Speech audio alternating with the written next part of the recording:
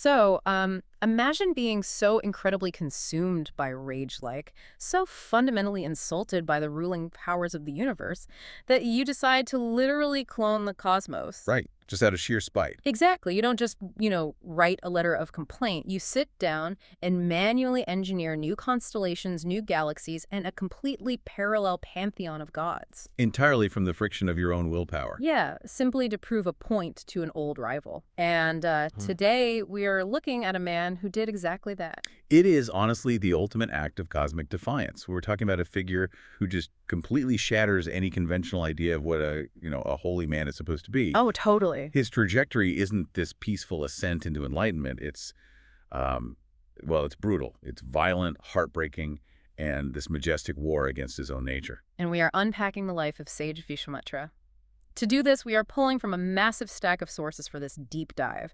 We've got the foundational text excerpts from the ancient Valmiki Ramayana, the Rig Veda. The heavy hitters. Right, the heavy hitters. Plus, Wikipedia deep dives on the Gayatri mantra and his life, a really fascinating YouTube philosophical breakdown of his love life, genealogical records of his descendants, and some contemporary sociological essays by the mythologist Divdip Patanaik. The sheer volume of material on Vishwamitra really reflects his shadow over the whole subcontinent. I mean, he's the architect of the Gayatri mantra, mentored to avatars, and literally the terror of the devas. But before he was any of those things, he was a man trapped in the wrong destiny, which is, I think, a great place to start. Yeah, absolutely. Okay, let's unpack this. Imagine you are the most powerful king on earth, and you lose a war to a single unarmed man with a cow. Where do you go from there? It's just wild. So before the sage, there was the king.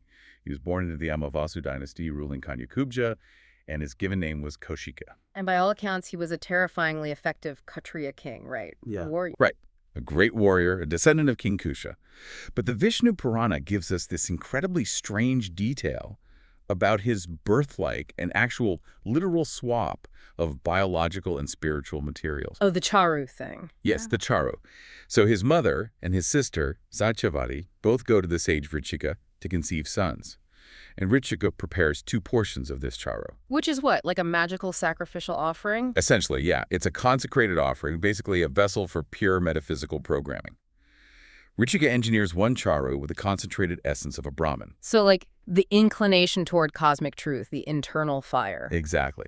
And the other Charu is programmed with Kshatriya essence. Yeah. The drive for temporal dominion, martial supremacy, external fire. Satyavati is supposed to eat the Brahmin one, and her mother the Kshatriya one. But the mother suspects the sage saved the, premium, high-grade spiritual stuff for his own wife? She absolutely does. So the mother secretly orchestrates a swap. She eats the Brahmin Charu, Satyavati eats the Kshatriya Charu. Which is just, the implications of that are staggering. Oh, it creates a violent dissonance between his inherent internal nature and his prescribed social duty. Kaushika is born onto a throne, surrounded by armies, but his cellular architecture is screaming for spiritual transcendence. He is fundamentally cross-wired. Exactly. Which creates a massive pressure cooker. You can easily imagine this underlying anxiety driving him to conquer more, just to quiet that internal hum. And as a quick side note on the sheer genetic chaos this caused, Satyavati gives birth to Jamadangi, who fathers Parashurama. Oh, wow. So you end up with Parashurama, who is a Brahmin wielding a battle axe, exterminating corrupt kings. And Kaushika, a warrior king who eventually tries to out-meditate the gods.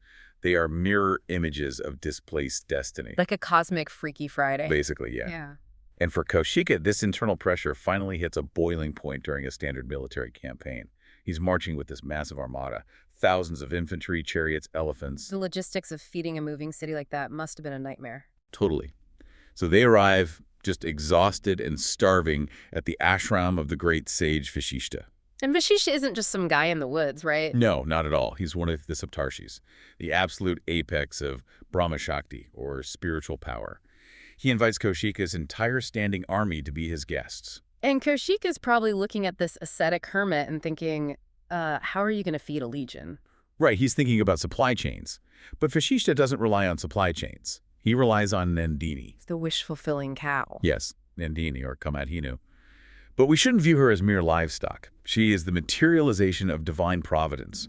She's the yield of Vashishta's flawless adherence to cosmic law. So he just calls upon her and she manifests an infinite feast. Instantly. Mountains of rice, rivers of ghee, delicacies way beyond the capability of royal kitchens. Okay, and Kaushika's reaction here is so incredibly telling about his mindset. He doesn't look at this miracle and feel reverence. Not even a little bit. He looks at it and thinks about resource monopolization.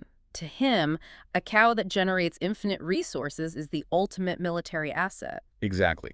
He immediately tries to buy her, offers his wealth, millions of standard cattle, whole provinces. But Vashishta refuses. Flat out, because Vashishta explains that Nandini belongs to the Devas. She's the source of his sacred fires. To Kaushika, everything has a price tag. But to Vashishta, some things are foundational to reality itself. So Kaushika defaults to the only language he knows, violence. He actually commands his soldiers to physically seize the cow. They try to drag her away with ropes, but Nandini breaks free, runs to Vashishta, and asks why she's being abandoned. And Vashishta is basically like, I don't fight. Right. He says his strength is patience. But Nandini insists on defending the ashram, and Vashishta gives her tacit permission to unleash her own defense mechanism. She doesn't just kick the soldiers, though. She essentially opens a portal, right? Basically.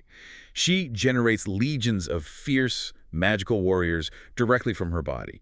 Pallavas, Shakas, Yavanas, and they pour out like a tidal wave and just systematically dismantle Kaushika's entire military apparatus. It's crazy. And when Kaushika's 100 sons try to charge Vashishta, Vashishta doesn't even draw a weapon. He just breathes a single syllable, the Omkara, and effortlessly incinerates them. that is, I mean, the philosophical clash here is profound. Kaushika brings temporal, physical power. Vashishta meets it with spiritual power. Brahma Shakti. It's not a magic trick. It's mastery of the unmanifest source of all creation. Vashishta is tapped into the root code of reality. It's literally like bringing a tank to a wizard fight. The tank is suddenly meaningless. You spend your whole life building an identity around being the apex predator, and in one afternoon, your entire paradigm is shattered. The psychological devastation is total. Kaushika explicitly states that the power of a warrior is nothing but dirt compared to the power of a Brahmin. So he abandons the throne? Yeah, hands it to his one remaining son and disappears into the Himalayas, which sets the stage for one of the most intense spiritual grinds in mythology. The arsenal of asceticism phase. I love this part, because he decides to acquire this superior power, but he entirely misses the point. Completely misses it. He treats it like a weapons procurement program. Yes. So he retreats to perform tapasya, extreme austerities, to please Lord Shiva. Can we break down what tapas actually means here? Sure, so the Sanskrit root tap literally means to heat or to burn. By subjecting the body to extreme immobility, fasting, the elements, the ascetic generates immense internal fiction. Like burning away karmic residue. Exactly, and it accrues this cosmic currency. It's a highly mechanized universe. If you generate enough tapas, the gods are bound by cosmic law to grant your request. Regardless of your moral standing. Right, it's just a physics equation, action equals reaction. So the Kaushika grinds this out for years. And when Shiva finally materializes to grant a boon, Kaushika's request just completely reveals his delusion. He doesn't ask for serenity. No, he asks for the entire celestial tech tree. Complete knowledge of archery, the Agnyastra for fire, the Varunastra for water, the Pashupatastra, weapons that can unravel space itself. He's trying to digitize spiritual power to serve his ego. He thinks Vashishta beat him with a bigger gun, so he just went out and bought nukes. That's exactly it. Does he? So he marches back to Vashishta's ashram, radioactive with his new power. He unleashes the astras, incinerates the forest, and manages to kill Vashishta's dependents. He's standing there, the ultimate destroyer. And Vashishta steps out of the burning hermitage with no weapons, just a Brahmadanda. A literal wooden walking stick. It's so good. It's a staff imbued with the power of Brahma, and the mechanics are brilliant. Kaushika hurls fire, lightning, divine force. Vashishta plants the stick in the earth, and it acts as a grounding rod to the infinite. It just absorbs. Swallows it. Every single ultimate weapon, right up to the universe-ending Brahmastra, gets swallowed by a piece of wood. Think about that for a second. How often do you see people do this in their own lives? You know, they take up meditation or they read philosophy, not to dismantle their ego, but to weaponize it. All the time. Like, I'm more mindful than you. It's spiritual ego. You change the vocabulary, but the underlying drive for supremacy is exactly the same. The tools change, but the tyrant remains. And Kaushika is standing there, arsenal depleted, cosmic bank account overdrawn, and Vashishta hasn't even broken a sweat. And this is the moment the armor finally cracks, right? Yes. He realizes weapons aren't the answer. You cannot purchase the state of Brahman.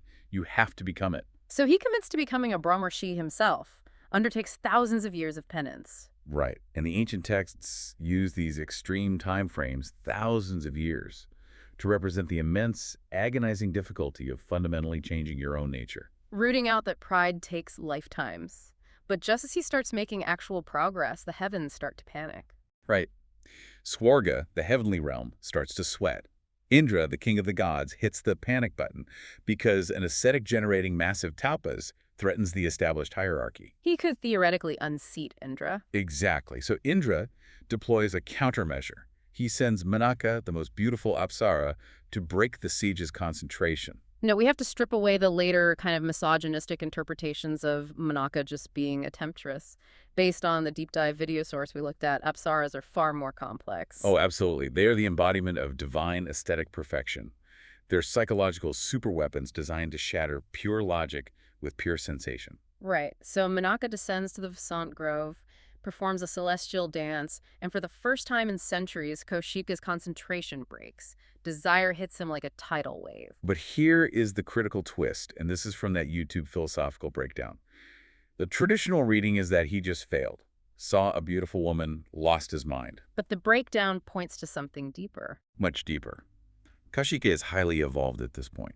He looks at Manaka and he actually sees the matrix. He recognizes Indra's hand in this. He knows it's a trap. He has the accrued tapas to just blink and reduce her to ash.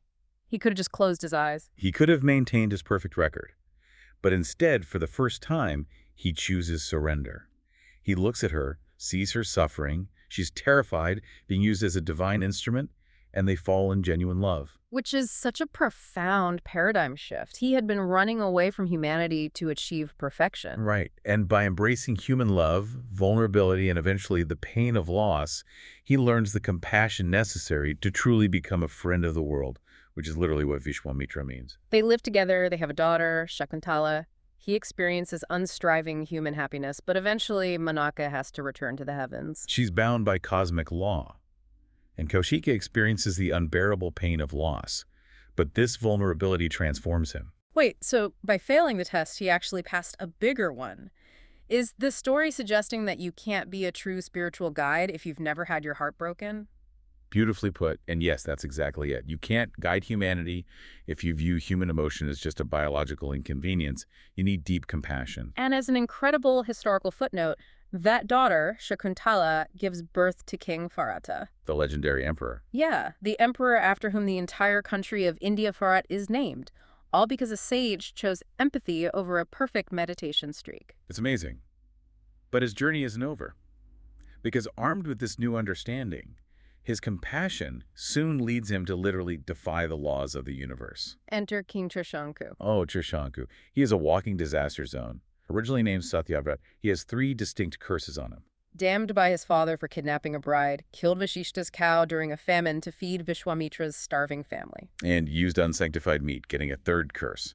So he's layered in ritual impurity. And he wants to go to heaven in his physical, mortal body. Which is fundamentally against the rules. Swarga is for the subtle body. So he goes to Vashishta, who obviously refuses. So Trishanku makes the catastrophic mistake of going to Vashishta's sons to ask them to overrule their dad. Oh, no. Yeah, they curse him to become a Chandala, an outcast or untouchable.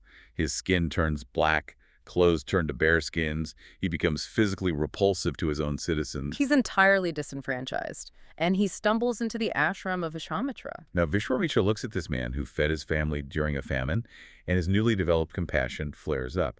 And let's be honest, probably a tiny ember of his old rivalry with Vashishta, too. Oh, for sure. So Vishwamitra agrees to help. He conducts this massive, unprecedented ritual to send Trishanku to heaven. But when the gods are supposed to accept the offerings... Nothing happens. The gods boycott the event. They refuse a ritual conducted by a Kshreya-born sage for an untouchable king. And Vishwamitra's reaction is legendary. He doesn't apologize. He uses his own stored ascetic power and physically launches Trishanku into the sky. A manual launch straight to the gates of Swarga. But Indra is standing there, yells that he has no place among the divine, and physically hurls him back down. So Trishanku is plummeting headfirst back to earth, screaming, and Vishwamitra just raises a hand and utters one word, stop. And reality obeys. Trishanku freezes midair, suspended upside down, caught between the gravity of Earth and the exclusion of heaven. Here's where it gets really interesting. Because if the established universe rejects his friend, Vishwamitra decides the established universe is obsolete. He begins to clone the cosmos. It's like a frustrated software developer building an entirely new operating system just because Apple won't approve their app. That is the perfect analogy. He creates the Southern Ursa Major, the Southern Cross, new constellations. He prepares to clone the gods themselves to render the existing hierarchy redundant. The gods absolutely panic. They rush down and negotiate a compromise. Right, they let the new constellations remain, and Trishanku gets to stay in his own suspended heaven upside down. Now, we need to introduce Devdutt Patnaik's fascinating modern analysis of this myth. And to be clear, we are just looking strictly at his sociological lens here, imparting the source material without taking sides. How does Patnaik view Trishanku? So Patnaik views Trishanku as the ultimate metaphor for liminality people caught in the middle. He maps this onto the middle class, who have enough to fear losing it, but not enough power to enact systemic change. Right, or marginalized communities, queer people, who find themselves rejected by orthodoxy but struggling to build entirely new frameworks. They exist in the in-between. Or even politicians who've lost favor with the elites but refuse to be humble. They hover, perpetually agitated. But Patnaik makes a crucial contrast with the Narasimha metaphor, right? Yes. Narasimha is the avatar of Vishnu, who's neither man nor beast, killing a demon at twilight on a threshold. Narasimha weaponizes the in-between. So being caught in the middle can be a source of disempowerment, like Trishanku, or immense empowerment, like Narasimha. It's a profound diagnostic. Absolutely. But for Vishwamitra, cloning the universe burned up all of his stored spiritual energy, his tapas. He is basically back to zero. Bankrupt. He has to start from scratch one last time. So he undertakes a final 1,000-year silence and fast in the eastern quarter. And this time, he's tested by the Apsara Ramba. But he doesn't fall for desire this time. He just gets intensely annoyed, right? Yes, the ego's instinct to react when challenged. He snaps, breaks his silence, and curses Ramba, turning her into stone. Which proves he still hasn't conquered anger. And cursing her uses up all his newly acquired tapas again. Because weaponized speech, a curse, is the most energetically expensive action a sage can take. By needing to punish her, he drains his battery completely. He realizes his mistake immediately. And he just resets the clock, commits to another 1,000 years of absolute emotional control, no anger, no reaction. The final stretch sounds apocalyptic. Smoke literally pours from his head from the sheer friction of his constrained will. It terrified the three worlds. The gods run to Brahma, begging him to intervene before Vishwamitra accidentally incinerates the universe. But the final test happens so quietly. His 1,000-year fast is expiring. He's holding a pot of boiled rice. And Indra appears as a beggar, asking for his food. This is it. Every century of starvation is concentrated right here. And Vishwamitra doesn't hesitate. He calmly gives the food away without a single word of anger. The ego is finally gone. At that moment, Brahma grants him the title of Brahmarshi. But Vishwamitra insists on one final, crucial step. He says Vashishta himself must acknowledge him. Right. And Vashishta arrives, sees the total absence of the Kshatriya fire, sees the pure Brahma Shakti, and embraces him, confirming he is a Brahmarshi. So wait, the guy who wanted to destroy Vashishta ends up needing his validation, not out of spite, but out of genuine respect. That's incredible character development. It's the ultimate victory over himself. Requiring Vashishta's blessing shows the true death of his ego. The lifelong feud is finally over. Having achieved ultimate wisdom, he doesn't just disappear. He gives the world a gift that resonates loudly even today in 2026. He becomes the primary author of Mandala 3 of the Rig Veda, specifically the Gayatri mantra, Rig Veda 3.62.10. Dedicated to Savitra, the solar deity, it asks the divine light to inspire and enlighten the mind. And it has this precise 24-syllable metric structure, the Gayatri meter. Yes. And think about the beautiful irony here. A king born as a Kshatriya composes the most sacred Brahminical text in Hinduism. Right. For centuries, it was restricted to young Brahmin men during the Upanayana ceremony. But the fact that Vishwamitra wrote it proves that spiritual merit transcends birth. It's a highly progressive concept embedded deep in the ancient texts. Which is why later reform movements, like Ram Mohan Roy's Brahma Samaj and Swami Vivekananda, argue to open its recitation to all castes and genders. Exactly. They used his authorship as the ultimate wedge to democratize Hinduism. And today, it's a global phenomenon. I mean, it has a bizarre pop culture footprint. Oh. George Harrison of the Beatles had it engraved on his memorial statue's belt. Cher sang it while riding a mechanical elephant on tour. That's right. It was in Battlestar Galactica, and it featured heavily in the soundtrack for HBO's The White Lotus. It survives because it addresses a core human deficit. But the legacy is also literal. The Vishwamitra Gotra, or Kaushika Gotra. Right, the genealogical lineages. Millions of people today across all of India, North, South, Bengal, Gujarat, trace their lineage back to him. They recite his name in their daily rituals and marriages. They are actively invoking a man who fought the gods. And we also see him step into the role of the ultimate mentor in the Ramayana. Right, he teaches Rama and Lakshmana, passes on his celestial weapons so they can fight demons like Tadaka, and guides Rama to Sita's Swayamvara. Who better to guide an avatar born as a prince than a man who knows exactly how intoxicating and destructive temporal power can be? It's amazing. I marvel at how a man who was once driven by pure, unadulterated ego created a prayer that is entirely about asking for collective enlightenment, like, guide our thoughts. It really connects back to you, the listener. Because whether you're dealing with a bruised ego or feeling caught in that Trishanku liminal space, Vishwamitra's story proves the path to wisdom is rarely a straight line. It's paved with monumental failures, intense passions, and the eventual surrender of the ego. It's a staggering arc, from a warrior bested by a cow, to a heartbroken lover, to a cosmic architect, to the enlightened friend of the world. Absolutely. Before we wrap up, I want to leave you with one final mind-bending fact that we haven't touched on yet. Archaeological evidence from around 100 BCE shows that the Audumbara king Dharagosha minted coins featuring the image and name of Vishwamitra standing alongside a trident and a tree. Think about that for a second. A man who spent his life rebelling against the gods, fighting the establishment, and breaking every single rule of the cosmic hierarchy, eventually became such a towering figure of spiritual authority that ancient kings put his face on their money to legitimize their rule. How does the ultimate rebel become the ultimate establishment? Exactly. Mull that over the next time you hear the Gayatri mantra. Keep questioning, keep learning, and we'll see you on the next deep dive.